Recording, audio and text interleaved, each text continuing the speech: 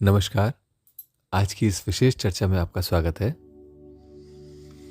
आज एक ऐसे विषय पे हम चर्चा करने वाले हैं जो हम सभी ने अपने जीवन में अनुभव किया है। आपने बहुत बार सोचा होगा कि अब से मैं क्रोध नहीं करूँगा, और देखेंगे कि जब क्रोध आता है उसके बाद पता चलता है कि क्रोध तो आ चुका। आपने सोचा होगा कि मैं इस दिन में नहीं सोऊंगा, ऐसा नहीं करूँगा, या अपने भावनाओं को नियंत्रण में रखूँगा। लेकिन बहुत बार इन सब कुछ को सोचने के बावजूद भी आपने पाया होगा कि पता नहीं कहाँ से एक झंझावात सा आता है, एक तूफान सा आता है, और वो सब कुछ वैसा कर जाता है जैसा आपने चाहा ही नहीं था। हमारी भावनाएं अगर आप देखें तो वास्तव में अत्यंत शक्तिशाली हैं। मन के वो अवस्था है जहां पर शक्ति का प्रवाह सर्वाधिक है, जो आत्मा के सबसे निकट है, जिसे कहते हैं भावलोक। और ऐसे में इन भावनाओं को ऐसा मानना कि हम इसको ऐसे ही नियंत्रित कर सकते हैं बगैर चेतना के, बगैर संवेदना के, तो वो संभव नहीं होगा। अगर आप हर क्षण अपने को देख पा रहे हों, चैतन्य हों, संवेदनशील बने हुए हों, तो जब आपको कोई क्रोध दिलाएगा तो क्या होगा? आपको स्पष्ट रूप से समझ में आएगा कि ये मुझे क्रोध दिला रहा है, और आप क्या करेंगे? ये आपकी चेतना पर निर्भर करेगा।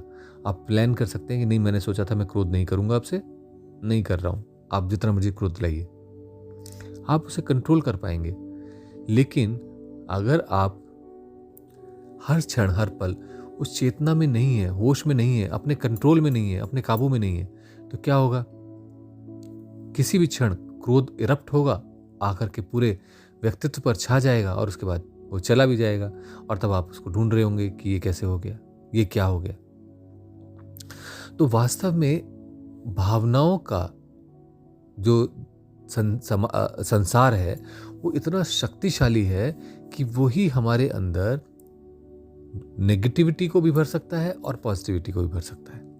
वो हमारे अंदर एक प्रकार की जीवन को गति दे सकता है, और बहुत ही सरल रूप में हमारी संभावनाओं को, हमारे पोटेंशियल को अनकवर कर सकता है। तो इसलिए ये बहुत ज़रूरी है कि आज हम इस बात को समझने का प्रयास करें कि क्या वास्तव में हम अपने इस भावलोक से जुड़ करके अपने जीवन को रूपांतरित कर सकते हैं। क्या हम अपने अंदर अपनी कलाओं को, जिनको लेकर के हम उत्पन्न हुए थे, उन्हें प्रकट कर सकते हैं? तो वास्तव में उन कलाओं का जो नेगेटिव रूप है, वही तो ये नेगेटिव भाव है हमारे। तो ऐसे में हमारा ये समझना हमारे लिए अत्यंत गुणकारी है। तो यहाँ एक प्रश्न और उठता है कि फिर हम ये समझना ही क्यों चाहते हैं? फिर तो सीधा प्रयोग बताइए, प्रयोग करें और काम हो गया। वास्तव में हमारे अंदर एक प्रकार की कंडीशनिंग है। जब हम किसी चीज को समझते हैं तो हमारी पुरानी सोच की जो बेड़ियां हैं वो टूटने लगती हैं, और जब वो टूटती हैं तो एक नया समझ आपके अंदर आती है, और उस नई समझ के आने के बाद हम अपने आप ही उसके अनुरूप कार्य करना प्रारंभ करते हैं। और जब वो कार्य को हम 2 बार, 4 बार, 6 बार, 10 बार करते हैं, तो वो हमारी नई बेड़ियां बन जाती हैं, नई आदतें बन जाती हैं, और वो जो बेड़ियां हैं फिर उनके माध्यम से हम अपने जीवन का निर्वाह करने लगते हैं। उसमें बड़ा सुकून महसूस करते हैं, बड़ा आनंदमय महसूस करते हैं कि हम उसके अंदर जी रहे हैं। लेकिन फिर एक नई समझ लेके आता है गुरु, और उसको तोड़ता है, जिसके माध्यम से फिर आप एक नए लेवल पर, एक नई सोच पर, एक नए जीवन को जीते हैं। और जब आप इस प्रकार से 2-4 बार कर लेते हैं, तो आप देखते हैं कि अपने जीवन में मुड़कर के जब देखते हैं तो आपको स्पष्ट दिखाई देगा किस प्रकार से, किन किन पगडंडियों से होते हुए आप अपने जीवन में उस उच्च अवस्था तक पहुंचे हैं, जहां पर पहुंचने के लिए आपको ये समझना आवश्यक था। क्योंकि कोई भी चीज अगर आपसे जबरदस्ती कराई जाए तो आप नहीं कर पाएंगे। ना तो खुद अपने आप से जबरदस्ती कर सकते हैं, ना अपने मन से जबरदस्ती करा सकते हैं। एक बार आप अपने मन को बोल के देखिए कि आज से बिल्कुल शांत रहना है, नहीं रुकेगा। तो जब हम अपने मन को कंट्रोल नहीं कर सकते, अपने को कंट्रोल नहीं कर सकते, भावों को कंट्रोल नहीं कर सकते, तो हम वास्तव में हैं कहाँ? इसलिए जरूरी है कि हम सबसे पहले समझ उत्पन्न करें, उन बेड़ियों को तोड़ना शुरू करें, धीरे धीरे धीरे धीरे हम उस सूक्ष्म लेवल पर आएं जहां हम अपने आप से साक्षात्कार कर सकें, अपने स्वभाव को पहचान सकें, समझ सकें। तो इसलिए अंडरस्टैंडिंग, समझ का डेवलप होना हमारे जीवन में एक ऐसा प्रयोग है जिसके माध्यम से हम सरलता से अपने को प्रेम पूर्वक समझाते हुए उस जीवन की उदात्तता तक, पूर्णता तक उसे लेके जा सकते हैं। तो फिर प्रारंभ करते हैं और समझते हैं भावों के इस लोक को, ताकि हम अपनी संभावनाओं को, अपने पोटेंशियल को अनकवर कर सकें। तो सबसे पहली चीज, ये जो भावलोक है ये आत्मा के चारों तरफ का सबसे पहला घेरा है और इसी कारण से इसको सीधी ऊर्जा आत्मा से प्राप्त हो रही है और इसी कारण से ये हमारे और किसी के भी नियंत्रण में तब तक नहीं है जब तक कि हम अपने आत्म रूप में ना हों, यानी हम चैतन्य ना हो जाएं, होश में ना हों। तो हम जब होश में होते हैं तो हम कंट्रोल कर पा रहे हैं, होश में नहीं होते हैं तो कंट्रोल नहीं कर पाते। अब आप कहेंगे आंख तो खुली हुई थी, आंख खुली हुई थी लेकिन होश नहीं था। आप कहीं थे, मन कहीं था, आंख खुली थी, सांस चल रही थी, शरीर से कुछ और काम हो रहा था। अब ऐसे में वो कहाँ है जिसे आप कह रहे हैं, जो कंट्रोल करने वाला था? तो कंट्रोल करने वाला सारे में बिखर गया। तो ऐसा नहीं कि मल्टीटास्किंग नहीं हो सकता, लेकिन सबसे पहले उस स्वयं का क्रिस्टलाइज होना आवश्यक है।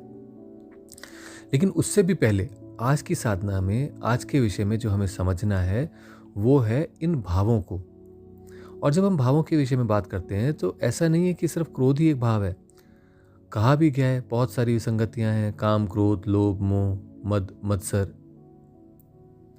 तो ऐसे में इन सभी का जो नेगेटिव पार्ट है वो ऊर्जा इतनी स्ट्रांग है कि उस ऊर्जा को अगर हम समझ सके तो हम अपने जीवन को आमूल चूल परिवर्तित कर सकते हैं।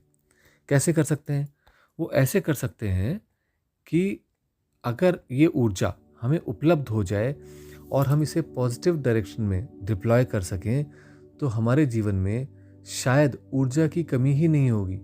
हम थके, परेशान, बीमार और अपने लक्ष्य की ओर ना चलने के लिए मतलब चलने से रुके हुए, ऐसा कभी हो ही नहीं पाएगा, क्योंकि हमारी ऊर्जा सफिशिएंट होगी हमारे अपने लिए, अपने उत्थान के लिए, और साथ ही साथ हमारे लिए नहीं, इस सारे संसार समाज के उत्थान के लिए। तो वास्तव में इन चक्रों से, इन तत्वों से, इन ऊर्जा के केंद्रों से जो ऊर्जा की नेगेटिव एनर्जीज निकलती हैं, क्यों निकलती हैं?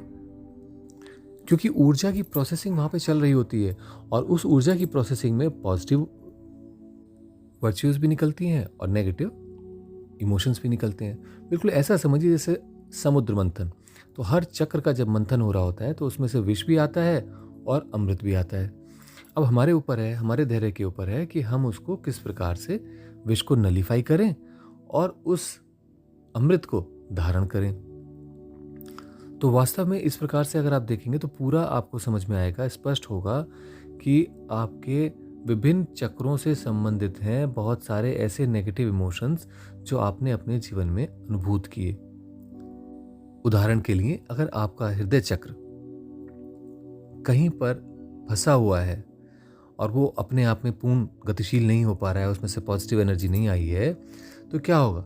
आपके अंदर घृणा आने लगेगी, आपके अंदर घृणा उत्पन्न होने लगेगी, आपके अंदर दूसरे के प्रति रहने वाली जो कृतज्ञता थी वो समाप्त होने लगेगी। आपको जो जीवन में बहुत रस सा और सब कुछ अच्छा अच्छा सा लगता था वो नहीं लगेगा। आपको हर चीज़ में दिखाई देगा, अरे क्या ये सब तो वैसे बेकार है, ये ऐसा नहीं है, इसमें तो जीवन में कुछ मज़ा ही नहीं आ रहा है। आप हर तरफ से नेगेटिव चीज़ों से घिरने प्रारंभ हो जाते हैं। अब आप ये देखिए, एक छोटी सी चीज़ से वो ट्रिगर होकर के कहाँ तक अपना पूरा संसार क्रिएट करना शुरू कर देती है। और ऐसे में ही अगर आपके हृदय के अंदर हृदय चक्र खुला हो, आपको अनुग्रह भाव का अनुभव हो, तो कैसा लगेगा? सब कुछ कितना अच्छा है, सब लोग कितने अच्छे हैं, कितना अच्छा मदद करते हैं, कितना अच्छा मुझे ज्ञान की प्राप्ति हुई। अभी इसी वीडियो में आप अनुभव करके देखिए, जहां आप अनुग्रह के साथ इस वीडियो को सुनेंगे, अपने आप ही आपके अंदर एक प्रकार की एक संवेदना पैदा होनी शुरू हो जाएगी, एक चेतना आनी शुरू हो जाएगी। और वो चेतना आपको पुनः आपसे स्वयं से जोड़ना प्रारंभ कर देगी। और जैसे ही आप अपने करीब जाते हैं तो उससे अधिक आनंद, रस, अमृत और कुछ हो ही नहीं सकता। सारी यात्रा ही स्वयं को स्वयं तक पहुंचाने की है और पहुंचाने वाला भी स्वयं ही है। कितना आनंददायक ये वक्तव्य है। इसलिए प्रयास कीजिए एक बार इस समय ही इस अनुग्रह भाव को इस वीडियो के प्रति अनुभव करने का। अब आगे बढ़ते हैं। तो जब हमें ये स्पष्ट हुआ कि इस प्रकार से समस्त भावों का, नेगेटिव इमोशंस का या पॉजिटिव ऊर्जाओं का चर्निंग चक्रों में हो रहा है, तो हमें करना क्या है? हमें उस ऊर्जा को जो गलती से उत्पन्न भी हो गई हमारे अंदर, जैसे क्रोध की ऊर्जा, तो वापस उसे नाभि तक ले जाओ। कैसे लेके जाओ? किस प्रकार से वो ऊर्जा पुनः वापस उसमें प्राप्त हो जाएगी, मिल जाएगी? तो इसके लिए आपको क्या आवश्यकता? एक होश की आवश्यकता थी, एक चेतना की आवश्यकता थी। और आपकी सतत चेतना का जो प्रहरी है वो है सोहम, यानी अजपा। वो सतत रूप से प्राण वायु आ रही है, जा रही है, श्वास आ रही है, जा रही है, और उसके साथ में सो हो रहा है, हम हो रहा है, सो हो रहा है, हम हो रहा है। और जब ये हो रहा है और सो हम आपकी दृष्टि में है, तो इसका अर्थ क्या हुआ? आपको होश है। तो पहली चीज ये। दूसरी चीज, सो हम के माध्यम से उस ऊर्जा की गति, कहीं पर भी वो ऊर्जा स्थिर नहीं हो पाएगी, क्योंकि ऊर्जा स्थिर हो नहीं सकती। स्थिर होते ही वो मैटर बन जाती है। तो इसलिए वो जो ब्लॉकेजेस हो सकती थी या कुछ गांठें बन सकती थी, वो नहीं बन पाएंगी। वो ऊर्जा अपने आप ही चलेगी और रूपांतरित होती रहेगी। तो ऐसे में जब आप अपने आप में सोहम में स्वयं को लीन करते हैं, अपने अंतर में चैतन्य होकर के बैठ जाते हैं और श्वास प्रश्वास आती जाती है, सोहम चल रही होती है, तो ऐसे में जो भाव हैं आपके, वो अपने आप ही विशुद्ध होने लग जाते हैं। और अगर गलती से प्रोड्यूस हो भी गया तो वो अपने आप उस ऊर्जा को, जैसे ही आप सोहम पे वापस ध्यान लाएंगे, वो ऊर्जा वापस अपने आप उस चक्र में चली जाएगी। और जब ऐसा होता है तो वो जो नेगेटिव एनर्जीज आपकी पूरे दिन में आप वेस्ट कर रहे थे, वो कंजर्व होकर के आपके स्वयं के निर्माण में लग जाती हैं।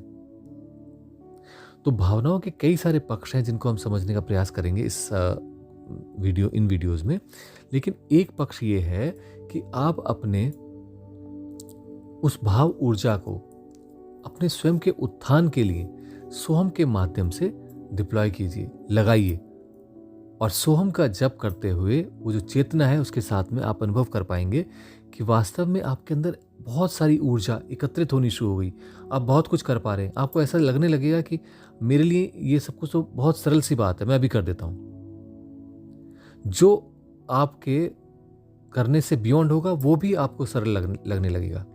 तो इसलिए आज की चर्चा में छोटे छोटे कैप्सूल्स में हम लेके चल रहे हैं, इतना ही चर्चा करते हैं। अगली बार चर्चा करेंगे कि किस प्रकार से सोहम के माध्यम से 3 बार सा के और 3 बार हा के माध्यम से कैसे हम अपने अंदर चक्रों में शुद्धिकरण कर सकते हैं। और भी गहरे रहस्यों को समझने का प्रयास करेंगे। आज के लिए इतना ही। नमस्कार।